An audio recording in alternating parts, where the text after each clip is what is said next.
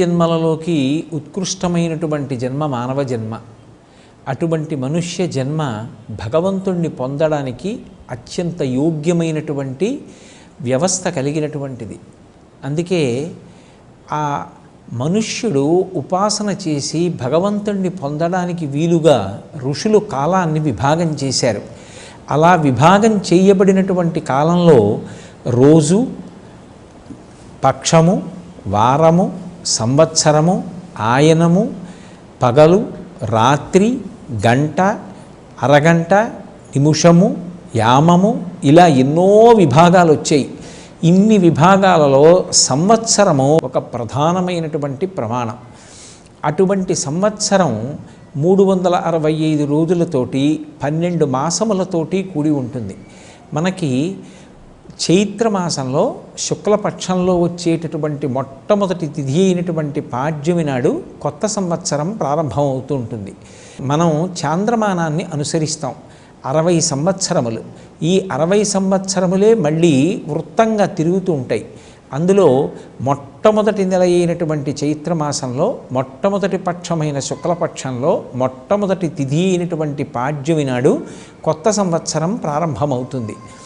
ఋషులే కొత్త సంవత్సరం ప్రారంభమైనప్పుడు దాన్ని అనుష్ఠించి తత్సంబంధమైనటువంటి ప్రయోజనాల్ని పొందడానికి కావలసినటువంటి రీతిని నిర్ణయం చేశారు. మనం సంవత్సరాన్ని జరుపుకోవడం ఒక ప్రత్యేకమైనటువంటి విధానంలో జరుపుకోవాలి.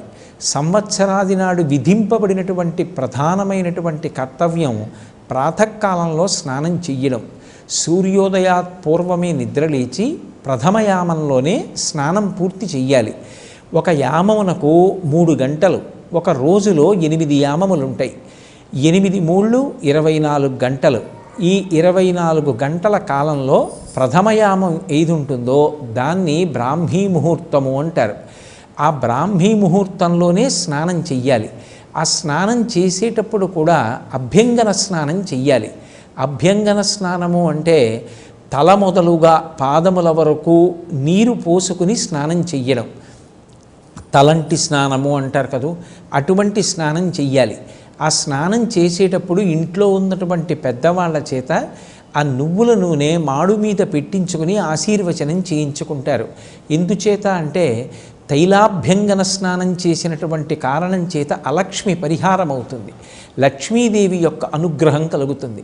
మనం శ్రీ సూక్త పఠనం చేసేటప్పుడు అడుగుతాం, అమ్మ నాకు క్షుత్పిపాసామలాం జ్యేష్ఠాం అలక్ష్మీం నాశయాం యహం అభూతిమసమృద్ధించ సర్వాన్ నిర్నుదమే గృహాత్ అని అడుగుతాం. మా ఇంట్లో ఆకలి, దప్పిక, మలినము ఇటువంటివి ఉండకూడదు. లక్ష్మీదేవి కన్నా ముందు పుట్టినటువంటి జ్యేష్ఠాదేవి స్వరూపమైనటువంటి దారిద్ర్యం ఏది ఉందో అది తొలగిపోవాలి. నేను పుత్రులతోటి, మిత్రులతోటి, సంపత్తితోటి, వాహనాలతోటి భోజనం చెయ్యాలని సంకల్పం చేసినప్పుడు కావలసినటువంటి పదార్థాలతోటి దాన్ని జీర్ణం చేసుకోగలిగినటువంటి ఆరోగ్య వ్యవస్థతోటి నేను సంతోషంగా ఉండాలి. అలా ఉండేటట్టుగా నన్ను అనుగ్రహించు అని మనం తెల్లవారి లేస్తే శ్రీ సూక్త మంత్రాలతో పరదేవతని అడుగుతూ ఉంటాం. అలా అడగడానికి పర్యవసానంగానే సంవత్సరాది నాడు మొట్టమొదటి యామంలో బ్రాహ్మీ ముహూర్తంలో తలంటు స్నానం ఆచరిస్తారు. ఆ తైలాభ్యంగన స్నానం ఆచరించినటువంటి కారణం చేత అలక్ష్మి పరిహారమై లక్ష్మీ కటాక్షం కలుగుతుంది. తలంటు స్నానం చేసిన తరువాత నూతన వస్త్రములను ధరించాలి. నూతన వస్త్రాలు ధరించడము అనేటటువంటి విషయంలో ఒక ప్రత్యేకమైనటువంటి విశేషం ఉంటుంది. అంచు కలిగినటువంటి బట్ట కట్టుకోవాలి. అంచు కలిగినటువంటి బట్ట, ఖండము కానటువంటి బట్ట ఏది ఉంటుందో అటువంటి బట్ట యందు సమస్త దేవతలు కూడా ఆవహించి ఉంటారు అని మనకి వేదవాక్కు. వేదవాక్యే ప్రమాణవాక్కు. ఎందుచేత అంటే తస్మాత్ శాస్త్రం ప్రమాణంతే కార్యాకార్య వ్యవస్థితౌ. ఏదైనా ఒక పని చెయ్యాలి అంటే శాస్త్రాన్ని ప్రమాణం చేసుకొని చెయ్యాలి. శాస్త్రమే వేదము. ఆ వేదం చెప్పినటువంటి మాట వస్త్రాన్ని ఆవహించి దేవతలు ఉంటారు. అందుకే అంచు కలిగినటువంటి బట్టని ధరించినటువంటి కారణం చేత దేవతల యొక్క అనుగ్రహం కలిగి తత్కారణం చేత దీర్ఘాయుర్దాయాన్ని పొందుతాడు. అందుకే నూతన వస్త్రధారణ చేసి తదనంతరం ఇంట్లో ఉండేటటువంటి కులదైవానికి నమస్కారం చేస్తారు. నమస్కారం చేసి ఆ రోజున ప్రత్యేకించి ఒక ప్రసాదాన్ని భగవంతుడికి నివేదన చేసినటువంటి శేషం ఏది ఉంటుందో దాన్ని పుచ్చుకుంటారు. ఈశ్వరుడికి నివేదన చేసినటువంటి పదార్థం ఏది ఉంటుందో దాన్నే ప్రసాదము అంటారు. అయితే ఆ రోజు భగవంతుడికి నివేదన చేసేటటువంటి ప్రసాదం ఒక విశేషంతో కూడుకున్నదై ఉంటుంది. అది ఎలా తయారు చెయ్యాలి అన్నదాన్ని కూడా శాస్త్రమే మనకి చెప్పింది. తద్వర్షాదౌ నింబసుమం శర్కరాంలఘృతైర్యుతం భక్షితం పూర్వయామేస్య తద్వర్షం సౌఖ్యదాయకం అని. ఆ పదార్థాన్ని ఎలా తయారు చెయ్యాలి అంటే యద్వర్షాదౌ నింబసుమం. నింబ అంటే వేప చెట్టు. వేప చెట్టుకి పూసినటువంటి పువ్వులు ప్రధానంగా ఆ పదార్థంలో ఉండాలి. ఆ వేప చెట్టుకి కొన్ని విశేషాలు ఉంటాయి. ఆరోగ్యాన్ని ఇవ్వగలిగినటువంటి చెట్టు ఏది అంటే వేప చెట్టు. అందుకే నింబవృక్షం గురించి వ్యాఖ్యానం చేస్తూ అమరకోశం ఒక మాట అంటుంది, వేప చెట్టుని ఆశ్రయించి ఉండడం, వేప చెట్టు కింద పడుకోవడం, వేప చెట్టు యొక్క గాలి పీల్చడం ఆరోగ్యానికి పరమకారణములై ఉంటాయి. అంత గొప్పది వేప చెట్టు. అది పరదేవత యొక్క అనుగ్రహం. అటువంటి వేప చెట్టు ఈ చైత్రమాసం వచ్చేటప్పటికి వసంత ఋతువు వస్తోంది అనేటప్పటికీ పువ్వు పూస్తుంది. ఆ పువ్వులో విశేషమైనటువంటి రోగనిరోధక శక్తి ఉంటుంది, ఆ క్రిమి సంహారక శక్తి ఉంటుంది. అటువంటి వేప పువ్వుని నీటిలో కలుపుతారు. తద్వర్షాదౌ నింబసుమం శర్కరాంలఘృతైర్యుతం. శర్కర అంటే ఇక్కడ బెల్లము అని అర్థం చేసుకోవాలి. బెల్లానికి ఒక్కదానికే నిలవదోషం లేదు. అందుకే భగవంతుడికి ఏదైనా పిండి పదార్థం తయారు చేసి నివేదన చేసినా లేదా పళ్ళు మొదలైనటువంటివి నివేదన చేసినా కూడా నివేదన చేసేటటువంటి సంభారంతో పాటుగా ఒక బెల్లంగడ్డ కూడా నివేదన చేస్తారు. బెల్లంగడ్డ మంగళద్రవ్యమే కాదు, దానికి నిలవదోషం కూడా ఉండదు. అది ఇంట్లో ఎంతకాలం నిలవ ఉన్నా అది నిలవ ఉన్న పదార్థంగా పరిగణనలోకి రాదు. అందుకే ఆ బెల్లంగడ్డ ఆ నీటిలో వేస్తారు. ఆ వేప పువ్వు వేసినటువంటి నీటిలో ఈ బెల్లంగడ్డ వేసి ఆమ్లఘృతైర్యుతం. ఆమ్ల అంటే చింతపండుతో కలిసినటువంటి పులుసు, చిక్కని పులుసు పదార్థంలా తయారు చేయబడినటువంటి దానిలో ఈ బెల్లం ముక్క నాని కరుగుతాయి. వేప పువ్వు యొక్క సారము దిగి వేప పువ్వు పైన తేలుతూ ఉంటుంది. అందులో ఘృతైర్యుతం, ఆవు నీతిని కలపాలి. లోకంలో మూడింటిని అమృతంతో సమానంగా చెప్తారు. ఘృతం పిబీత్ అంటుంది, అందుకే వేదం. ఆవు నెయ్యి అమృతంతో సమానం. 2 మంచినీళ్ళు, మంచినీళ్ళు అమృతంతో సమానం. అందుకే ప్రాణోత్క్రమణం అయినప్పుడు స్పృహ తప్పిపోతే వెంటనే నీళ్లు తెచ్చి ముఖం మీద చిలకరిస్తారు. ఆ నీళ్లు ముఖం మీద పడగానే తమ తమ స్థానముల నుండి ఉద్గతమైనటువంటి ప్రాణములు కూడా వెనక్కి వస్తాయి. అలా అమృతంతో సమానమైనది ఏది అంటే నీరు, అమృతంతో సమానమైనది ఏది అంటే ఆవు నెయ్యి, అమృతంతో సమానం అమృతమే. కాబట్టి ఈ 3 అమృతములే అని చెప్పబడతాయి. అటువంటి ఆవు నీతిని కలపాలి. ఈ పదార్థములను ప్రధానంగా కలుపుతారు. లోకంలో ఏ చెట్టుకి కూడా భగవంతుని యొక్క పేరు లేదు, కానీ ఒక్క మామిడి చెట్టు యొక్క పేరు మాత్రము రసాలము అంటారు సంస్కృతంలో. భగవంతుడికి పేరు రసోవై సహా. భగవంతుని పేరు కలిగినటువంటి చెట్టు మామిడి చెట్టు. పైగా దాని ఆకులు ప్రతి మంగళకార్యమునందు వినియోగపడతాయి. విశేషించి దానిని ఊరుగాయగా నిలవ ఉంచుకుని కూడా తింటూ ఉంటారు. కారణం దాని యందు అంత ఓషధీశక్తి ఉండడమే. అంత గొప్పదైనటువంటి మామిడి ముక్కలు కూడా కలుపుకోవడం అనేటటువంటిది సంప్రదాయంలో అలవాటుగా ఉంది. ఈ పదార్థాన్ని భగవంతుడికి నివేదన చేసి ఎప్పుడు తినాలి ఈ పదార్థము అంటే మొట్టమొదటి యామంలో తినాలి. అంటే తెల్లవారుజాము కాలంలోనే ఇది ఈశ్వరుడికి నివేదన చేసి ప్రసాదంగా పుచ్చుకోవాలి. అంటే ఈశ్వరుడికి దీన్ని నివేదన చెయ్యాలి అంటే దానికి పూర్వాంగంలోనే స్నానాది కార్యక్రమములు పూర్తయిపోవాలి. అలా యద్వర్షాదౌ నింబసుమం శర్కరాంలఘృతైర్యుతం. ఆ పదార్థాన్ని ఎవరైతే పుచ్చుకుంటున్నారో, ఈశ్వర ప్రసాదంగా స్వీకరిస్తున్నారో అటువంటి వాళ్ళకి తద్వర్షం సౌఖ్యదాయకం. ఆ ప్రసాదమే ఈశ్వరుడి యొక్క అనుగ్రహం కనుక ఆ ప్రసాదము ఆ సంవత్సర కాలమంతా కూడా వ్యక్తి ప్రశాంతమైనటువంటి స్థితిలో జీవించడానికి కావలసినటువంటి వ్యవస్థని మనకి అందిస్తుంది. ఆ రోజున భూషణములను ధరిస్తారు. కొత్తగా చేయించుకున్నటువంటి భూషణములను ధరించి రాజదర్శనం చెయ్యాలి అని శాస్త్రవాక్కు. అందుకే ఇప్పటికీ మీరు పంచాంగాన్ని పరిశీలనం చేస్తే ఉగాది లేదా యుగాది, ఒకప్పుడు సృష్టి ప్రారంభం ఆ రోజున జరిగిందిట, అందుకని యుగాది, నూతన సంవత్సరారంభం. అందుకే ఆ రోజున అభ్యంగన స్నానం ఆచరించి నూతన వస్త్రధారణ చేసి రాజదర్శనము అని పంచాంగంలో రాసి ఉంటుంది. రాజదర్శనము అంటే ఈ భూమిని పరిపాలించేటటువంటి ప్రభువు ఎవరుంటారో ఆయన నా విష్ణు పృథివీపతి, విష్ణువాంశ లేనటువంటి వాడు పృథివీపతి కాలేడు. ఇప్పుడు మనం రాజదర్శనం చెయ్యాలి అంటే తేలిక మార్గం, రాజులకు రాజు పరమేశ్వరుడు, రాజశేఖరుడైన. అందుకే రాజన్మత్తమరాళమందగమనాం రాజీవపత్రేక్షణాం రాజీవ ప్రభవాది దేవ మకుటై రజత్పదాంబోరుహాం రాజీవాయతపత్రమండితకుచాం రాజాధిరాజేశ్వరీం శ్రీశైలస్థలవాసినీం భగవతీం శ్రీమాతరం భావయే అంటారు. ఆ జగదంబ కన్నా పరమేశ్వరుడి కన్నా రాజాధిరాజులు ఎవరుంటారు?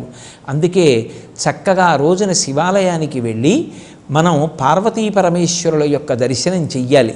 ఎందుచేత అంటే జగత పితరవ్ వందే పార్వతీ పరమేశ్వరవు, ఈ జగత్తుకంతటికీ కూడా తల్లిదండ్రులు వాళ్ళు. లేదు లక్ష్మీనారాయణ దర్శనం చెయ్యవచ్చు. చక్కగా విష్ణువాలయానికి వెళ్ళి ఆ స్వామి దర్శనం, జగన్మాతయే లోకమాత అయినటువంటి లక్ష్మీదేవి దర్శనం కూడా అదే స్థాయిలో ఫలితాన్ని ఇస్తాయి. శివకేశవుల మధ్య అభేదం పాటించడం అనేటటువంటిది జీవితంలో ప్రధానంగా అలవాటు కావాలి. ఆ రోజున తప్పకుండా చెయ్యవలసినటువంటి పనులలో ఒకటి గోపూజ చేసి వృషభ పూజ చెయ్యాలి. ఎందుచేత అంటే ఎద్దు యొక్క డెక్కల నుండి స్రవించినటువంటి అమృత బిందువుల వలన పంట బాగా వృద్ధిలోకి వచ్చి చక్షు సంబంధమైన వ్యాధులు రాకుండా ప్రజల్ని కాపాడుతుంది. అంత గొప్పగా ముఖభాగము చేత అనుగ్రహించగలిగినది వృషభము, పృష్ఠభాగము చేత అనుగ్రహించగలిగినది గోవు. సమస్త దేవతలు గోవు యొక్క శరీరమును ఆవహించి ఉంటారు. అందుకే ఆ రోజు తప్పకుండా గోవు యొక్క దర్శనం చేసి గోవుకి ప్రదక్షిణం చేసి నమస్కరించి కాస్త గోగ్రాసం పెట్టి వృషభ పూజ చేసి వస్తే విశేషమైనటువంటి ఫలితం కలుగుతుంది. అలాగే ఆ రోజున తప్పకుండా పంచాంగానికి పూజ చేస్తారు. పంచాంగము అంటే 5 అంగములు కలిగినది అని అర్థం. తిథి, వారము, నక్షత్రము, కరణము, యోగము అంటారు. ఈ పంచాంగంలో ఒక సంవత్సర కాలాన్ని ప్రమాణం చేసుకుని ఆ కాలమునందు గ్రహములు ఎలా కదులుతున్నాయో, ఆ గ్రహములు ఏ ఏ ఫలితాల్ని ఇవ్వబోతున్నాయో దాని చేత ఆయా నక్షత్రపాదముల యందు జన్మించినటువంటి జాతకులు పొందబోయేటటువంటి శుభాశుభ ఫలితములు ఎలా ఉంటాయో, ఆదాయ కందాయ వివరాలు ఎలా ఉంటాయో, రాజపూజ్యము అవమానము ఎలా ఉంటాయో ఇవన్నీ తెలియచెప్పబడతాయి. ఎందుకు ఇవన్నీ చదువుకోవడం అంటే గ్రహములకు స్వాతంత్ర్యం లేదు, అవి ఈశ్వరుడికి వశవర్తి అయి ఉంటాయి. రాబోయే కాలం ఇలా ఉంటుంది అని తెలిసిందనుకోండి, బెంగ పెట్టుకోవలసిన అవసరం ఉండదు. భగవంతుణ్ణి చక్కగా భక్తితో ఆరాధన చేస్తే భక్తికి ప్రసన్నుడైనటువంటి పరమాత్మ గ్రహములను ఆదేశిస్తాడు. వీడు భక్తితో జీవిస్తున్నాడు కనుక వీడికి తీవ్రమైనటువంటి ఫలితములను ఇవ్వకు, వాడు తట్టుకోగలిగినంత కష్టాన్ని మాత్రమే ఇచ్చి అనుగ్రహించమని శాసించి వాడు గత జన్మలలో చేసుకున్నటువంటి కర్మల వలన పొందవలసినటువంటి పరమ భయంకరమైనటువంటి దుఃఖాన్ని కూడా భరించగలిగినంత దుఃఖంగా మార్చి ఆ ఫలితాన్ని అక్కడతో పరిమార్చేటట్టుగా అనుగ్రహించగలిగినటువంటి దివ్యశక్తి సంపన్నుడు ఈశ్వరుడు ఒక్కడే. ఆ ఈశ్వరారాధన చేసి తనని, తన కుటుంబాన్ని, తన దేశాన్ని రక్షించుకోవడానికి కావలసినటువంటి మార్గదర్శనం పంచాంగ శ్రవణం చేత, పంచాంగ పూజ చేత లభిస్తుంది. అసలు పంచాంగం ప్రతిరోజు చూడాలి. తిథి, వారము, నక్షత్రము, కరణము, యోగము అనేటటువంటి ఈ 5టిని ప్రతిరోజు ఎవరు పరిశీలనం చేస్తారో వారికి సంపద, దీర్ఘాయుర్దాయము, పాపనాశనము, అలాగే ఆరోగ్యసిద్ధి, విజయము ఈ 5 సంప్రాప్తిస్తాయి. అందుకే ఆ రోజున పూజామందిరంలో పంచాంగం ఉంచి పూజించి తీసి ఇంట్లో ఉన్న వాళ్ళందరికీ సంబంధించినటువంటి రాశి ఫలితాలన్నీ చదువుకుని, ఒకవేళ బాగా కలిసి వచ్చే కాలమైతే ఏ విధమైనటువంటి అహంకృతిని అతిశయాన్ని పొందకుండా దాన్ని భగవంతుని యొక్క ప్రసాదంగా స్వీకరించి సమతౌల్యముతో కూడుకున్నటువంటి బుద్ధితో ప్రవర్తిస్తాడు. ఒకవేళ ఏదైనా ఉపద్రవం పొంచి ఉంది అని చెప్పబడినప్పటికీ ఏ బెంగా పెట్టుకోకుండా దాని నుంచి ఉద్ధరించగలిగినటువంటి పరమశక్తి సంపన్నుడైనటువంటి పరమేశ్వరుని యొక్క పాదార విందములను ఆశ్రయించి కష్టముల నుంచి పైకొచ్చి సంతోషంగా జీవితాన్ని గడిపి భక్తి యందు మరింత దృఢంగా ఉంచుకుని నిలబడగలిగినటువంటి స్థితిని పొందుతాడు. అందుకే ఆ రోజు తప్పకుండా అందరూ పంచాంగ శ్రవణం చెయ్యాలి. మన తెలుగు జాతి యొక్క సంస్కృతి సంప్రదాయమైనటువంటి కట్టు బొట్టు పాటించాలి. చక్కగా అందరూ ఆ అంచు కలిగినటువంటి బట్టని అథవా పంచకట్టుగా కాకపోతే గూడకట్టుగానైనా కట్టుకోవాలి. పంచకట్టుకోవడం అనేటటువంటిది తెలుగు జాతి యొక్క సంప్రదాయం. అలా చక్కగా పంచకట్టు కట్టుకుని దేవాలయానికి వెళ్ళి ఈశ్వరుణ్ణి సందర్శించాలి. అలాగే ఇంట్లో పెద్దలైనటువంటి తల్లిదండ్రులకి ప్రదక్షిణం చేసి నమస్కారం చేసి, ఎక్కడ ఉన్న గురువుగారి దర్శనం చేసి గురువుగారికి నమస్కారం చేసి గురువుగారి యొక్క ఆశీర్వచనాన్ని పొందాలి. ఇవన్నీ కూడా మనం చెయ్యవలసినటువంటి విశేషాలు. వసంత నవరాత్రములు ప్రారంభమవుతాయి కాబట్టి వసంత ఋతువు ఎంత లక్ష్మీకారకమో, వాతావరణం కొద్దిగా భరించడానికి ఇబ్బందికరంగా ఉండేటటువంటి కాలం కనుక చక్కగా విసినికర్రలు ఆ సమయానికి అందుబాటులో ఉంటే మామిడి పళ్ళు, మల్లెపూల దండలు, పన్నీరు, పానకం ఇటువంటి వాటిని 10 మందికి అందించడం, చలివేంద్రాన్ని ప్రారంభించడం, ఇంకా జనులు దాహార్తిని పొందేటటువంటి కాలం. బాటసారులు వెళ్ళిపోతుంటారు, వాళ్ళకి దాహం వేస్తుంది. పట్టెడు నీళ్లు, చల్లటి నీళ్లు ఎవరు అందిస్తాడో వాడు విశేషమైనటువంటి ఫలితాన్ని పొందుతాడు. అందుకే చక్కగా చలివేంద్రాలు ప్రారంభించడం, అలాగే మనకి కలిగినంతలో 10 మందికి చలవ చేసేటటువంటి పదార్థాలు అంటే మజ్జిగ లాంటివి ఇవ్వగలిగినటువంటి స్థితిని ఏర్పాటు చేసుకోవడం, ఇవన్నీ కూడా దేశకాలముల యందు తరించడానికి, పుణ్యాన్ని సముపార్జించుకోవడానికి యోగ్యమైనటువంటి విశేషాలు. అలాగే వసంత నవరాత్రులు చేసి చక్కగా ఆ భగవంతుని యొక్క పరమ అనుగ్రహాన్ని పొంది అందరూ తరించేటటువంటి యోగ్యమైన కాలం.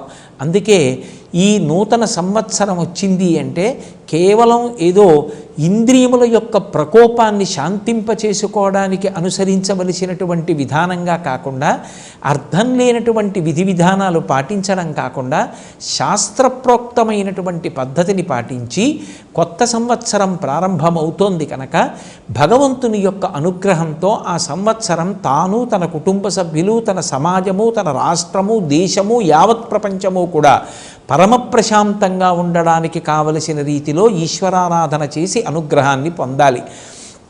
అలా పొందడానికి కావలసినటువంటి విధి విధానాలన్నిటినీ కూడా మనకి ఋషులు చక్కగా అందచేశారు. ఇటువంటి విధి విధానాలన్నిటినీ కూడా పాటించి ఈ రాబోయేటటువంటి సంవత్సరంలో మనందరం కూడా పరమ ప్రశాంతతని పొందడానికి కావలసినటువంటి విభూతిని ఆ పరమేశ్వరుడు మనకి నిర్హేతుక కృపాకటాక్ష వీక్షణముల చేత అందించాలని సాంజలిబంధకంగా ఆయన పాదార విందములకు నా శిరసు తాటించి నమస్కరిస్తూ, అసంఖ్యాకమైనటువంటి భక్తి టీవీ ప్రేక్షక శ్రోత మహాశయులందరికీ కూడా నా నూతన సంవత్సర శుభాకాంక్షలను తెలియచేస్తూ